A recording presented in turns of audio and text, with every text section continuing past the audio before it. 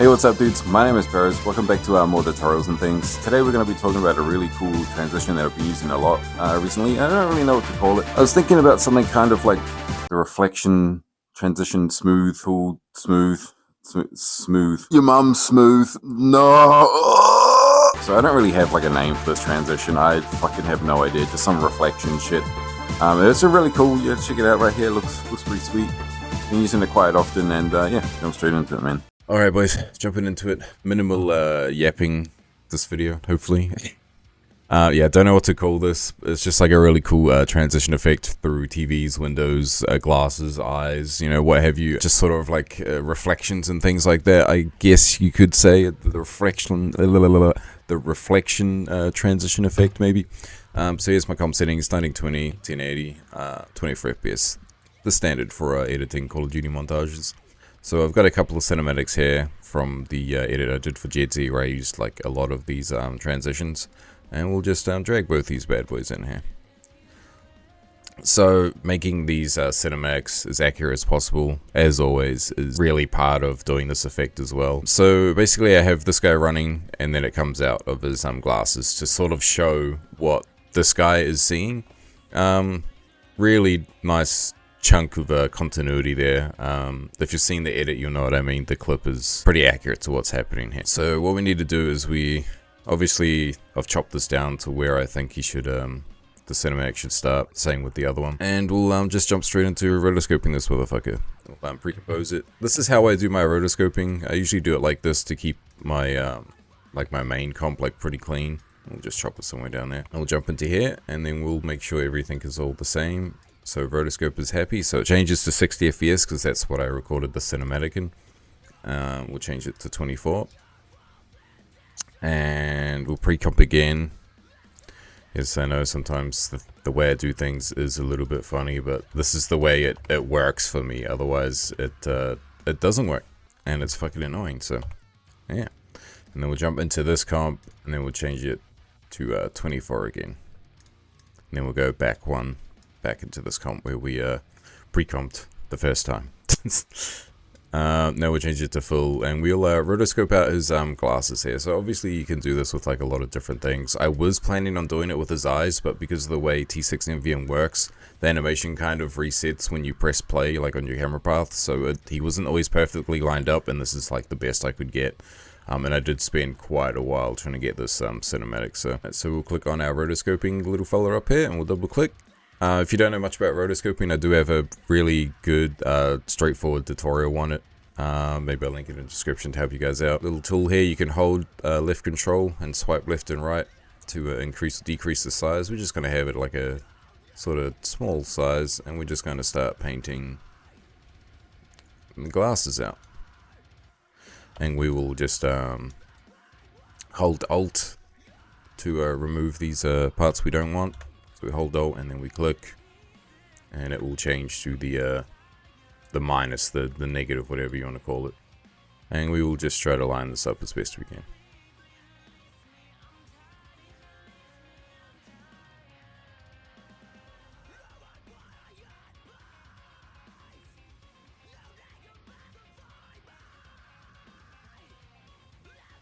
There we go, that'll do. Then we'll just click freeze, and it'll do its thing.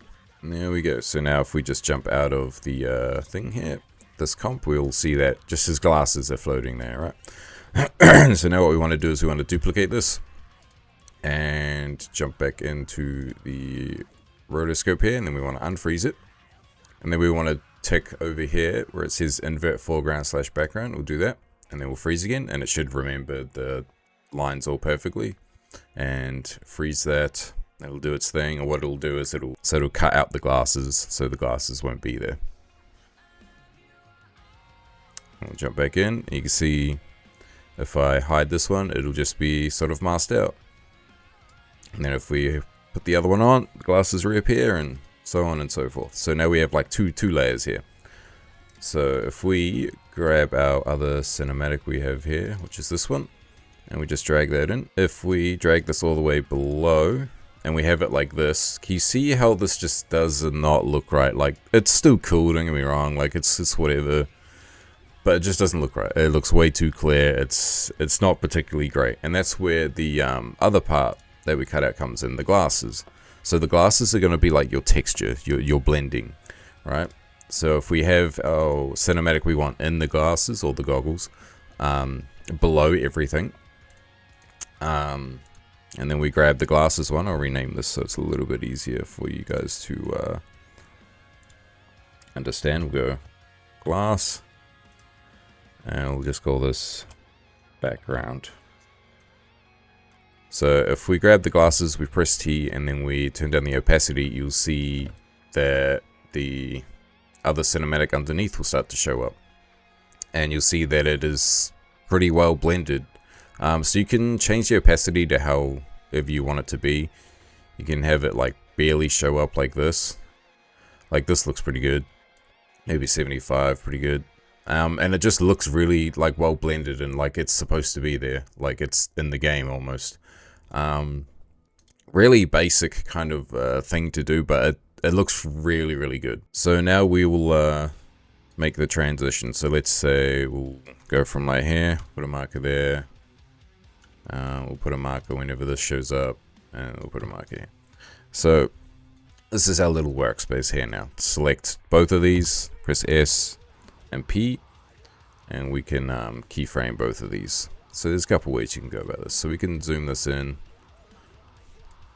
and reposition it sort of so it's more into the actual goggles, something like this maybe. And we can have it come out, and we can reset these like that. Because I pressed reset, it reset the opacity, so we just change the opacity back. We can also change the scale of this down to 75 so it fits the comp and it might look a little bit better. So something we can also do is we can make this smaller as it sort of moves back, just so you can actually sort of see more. So change the position as well. Maybe something like that. Make the speed sort of still like 150, so it's still a little bit faster. And then when it gets to a point where you get really far away, you can just have it fade out, just like that. So actually tweakstering it inside of the comp was a dumb idea. I don't know. I'm just trying to go fast because I don't like to make these tutorials too long. I like to be, you know, straight to the point, no fucking around kind of shit. But you just leave the speed alone inside this comp here. It's all done. And you just change it when you get back into your main comp. And if you need, if it's cutting off too early, you just extend these out to whatever you might be. Because if you speed it up too much and you don't have enough in this comp, it will just cut to black because you're not giving it enough space. So we'll just twixter this up again. Since I recorded this at like really slow speed, we'll make this like 700. And I'll change this to down to like 100 real quick. And we'll go like 300. And then like maybe like 100. Maybe not 700, maybe like 500. And we'll just easy ease these. Something simple. And then you have it. It's not perfect, obviously. I'm not going to do too much more to it for tutorial purposes. But that's pretty much the gist of it.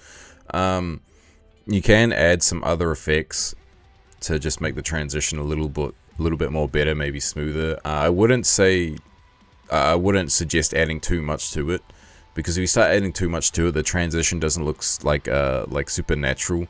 You know, if you add like too much like blur mode curves or just blur in general or what have you, it won't look as good. You want this to be like as raw and as clean as possible to get the right look. You could maybe have this crossfade in just a little bit, that might help. But yeah, this is pretty much it. This is the same method I did with the missile clip where Jeddzies shoots the Hellstorm missile out of the sky. I just, you know, took a fucking cinematic of the missile and overlaid it like this onto the his goggles again. But you could do this with a lot of things. In a montage I'm working on now, I did it in the, you know, broadcast COD 4. I did it in one of those mirrors for a cinematic, which is really cool. So yeah. Alright, I appreciate everyone so much for watching. I hope you learned something. Show me what you make. join the Discord and drop your edits into the I have a channel in there called Drop Edits here. Make sure you drop shit there because I'm watching that stuff all the time, and I also do videos where I go through and watch all those and give my reactions and maybe some good ops, good opinions. So yeah, make sure you join the Discord. Make sure you subscribe because I upload these every 2 weeks, and I will I'll see you in the next one in a couple of weeks.